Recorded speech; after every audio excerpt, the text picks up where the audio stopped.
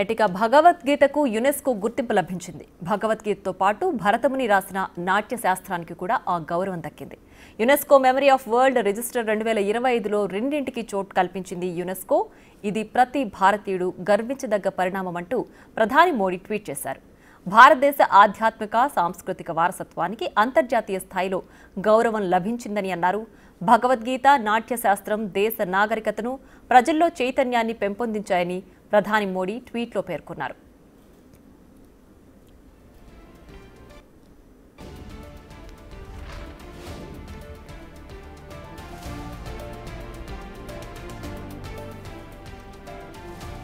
భగవద్గీతను భవిష్యత్తు తరాలకు అందేలా సంరక్షించేందుకు అంతర్జాతీయ సహకారంతో పాటు నిధుల సమీకరణకు యునెస్కో గుర్తింపు ఉపయోగపడుతుంది. గ్రంథం చారిత్రక, సాంస్కృతిక విలువలను రక్షించడంలో కీలక పాత్ర పోషిస్తుంది. అలాగే భారతదేశ ఆధ్యాత్మిక వారసత్వాన్ని ప్రపంచవ్యాప్తంగా మరింత ప్రచారం చేసేందుకు దోహదపడుతుంది. యునెస్కో గుర్తింపు పొందిన విద్యాసంస్థలు, పరిశోధకులు, స్కాలర్లు భగవద్గీత తాత్విక, సాహిత్య, చారిత్రక అంశాలపై మరింత అధ్యయనం చేయడానికి అవకాశం కల్పిస్తుంది. ప్రపంచవ్యాప్తంగా భగవద్గీతపై అవగాహనను పెంచుతుంది. అంతేకాదు పురాతన లిపుల్లో ఉన్న భగవద్గీత డిజిటలైజేషన్ కూడా యునెస్కో గుర్తింపు వల్ల సాధ్యమవుతుంది. ఈ ప్రక్రియ పూర్తయితే భగవద్గీత ప్రపంచవ్యాప్తంగా మరింత సులభంగా అందుబాటులోకి ఉంటుంది.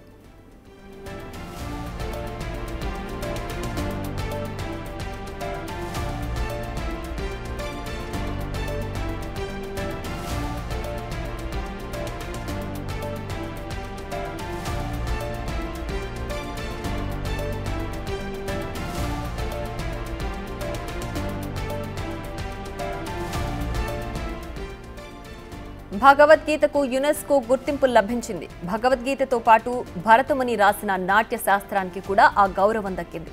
UNESCO memory of world register 2025లో రెండింటికి చోటు కల్పించింది యునెస్కో. ఇది ప్రతి భారతీయుడు గర్వించదగ్గ పరిణామం అంటూ ప్రధాని మోడీ ట్వీట్ చేశారు. భారతదేశ ఆధ్యాత్మిక, సాంస్కృతిక వారసత్వానికి అంతర్జాతీయ స్థాయిలో గౌరవం లభించిందని అన్నారు. భగవద్గీత నాట్య శాస్త్రం దేశ నాగరికతను, ప్రజల్లో చైతన్యాన్ని పెంపొందించాయని ప్రధాని మోడీ ట్వీట్లో పేర్కొన్నారు.